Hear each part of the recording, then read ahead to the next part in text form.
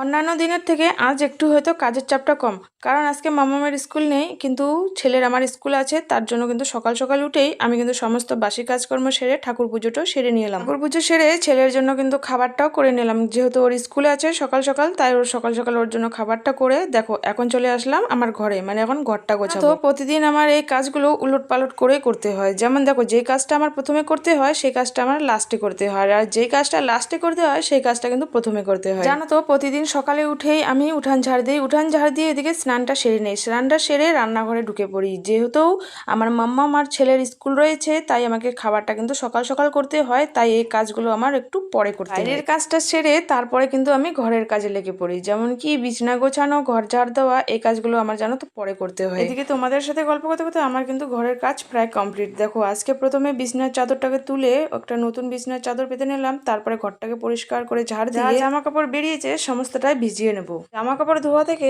আমার যেন কোনোদিনও কোনো রেস্টই হয় না, আমার প্রতিদিন যেন জামা কাপড় ধুতেই হয়। এদিকে মামামের জামা কাপড়, এদিকে আমার ছেলের জামা কাপড় রয়েছে, তারপর আমার বর, আবার আমার, মানে আমাদের চারজনেরই জামা কাপড় আমাকে কাচতে হয় প্রতিদিন। জামা কাপড় কাচতে কাচতে মাঝে মাঝে জানো তো বিরক্তই লেগে যায়, তবে বিরক্ত লাগার কিছুই নেই, এই কাজ তো আমাকে করতেই হয়। জানো তো, আমরা মেয়েরা সারাদিন সংসারে কাজ করি, আর দিন শেষে কিন্তু এই সংসার থেকে 1 টাকাও পাই না। তবে হ্যাঁ, এই সংসারের কাজগুলো যদি ভিডিওর মাধ্যমে তুলে ধরে কিছু টাকা ইনকাম করা যায়, তাতে এটা ক্ষতি কোথায়? অনেকেই বলে ভিডিও করাটা নাকি একটা খারাপ কাজ, তবে আমি মনে করি আমি এখানে কোনোই খারাপ দেখি না, কারণ তুমি যেমন পাবলিককে দেখাবে তেমনই কিন্তু পাবলিক দেখবে। তো দেখো, কাপড়গুলো মেলে দিয়ে এদিকে বাড়ি যাচ্ছিলাম, তাই আমার চোখে কিন্তু একটা খুব সুন্দর জিনিস পড়ে গেল।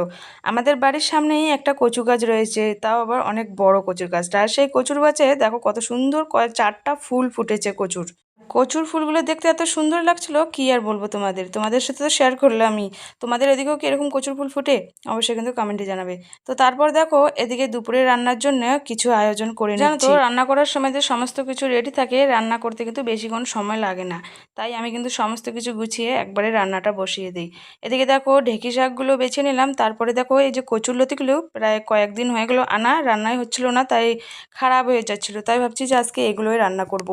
এদিকে দেখো সমস্ত কিছু রেডি করে তারপর কিন্তু এখন উনানটা ধরিয়ে ভাতটা বসিয়ে দেবো। পর আর কোনো ভিডিওই করতে পারিনি, কারণ আমার মোবাইলে একদমই চার্জ ছিল না, মোবাইলে চার্জে দেওয়াতে কিন্তু কোনো ভিডিও আর করতে পারিনি। তাই তারপরে দেখো দেখা হচ্ছে তোমাদের সাথে। রান্না বান্না খাওয়া দাওয়া শেষ করে মামাকে এখন দুপুরে ঘুম পাঠাবো, তাই চলে আসলাম মামার সাথে। কিন্তু আমিও দুপুরে একটু ঘুমিয়েছিলাম, আর ঘুম থেকে উঠে দেখি দেখো বাড়িঘরের কি অবস্থা। ঘুমানোর সময় কিন্তু পরিষ্কার করে পুরো বাড়িটা ঝাড় দিয়ে ঘুমিয়েছিলাম, থেকে উঠে দেখি বাড়িঘরের এই অবস্থা, মানে প্রচণ্ড হাওয়া বৃষ্টিতে একদম পুরো বাড়ি নোংরা হয়ে গেছে। আর এদিকে দেখো, মা জানি কোথা থেকে কিছুটা মাছ পেয়েছে, সেটা নিয়ে এসেছে, আর এটা এখন আমি বেচতে বসেছি। তো চলো, ভিডিওটা আজকে এখানে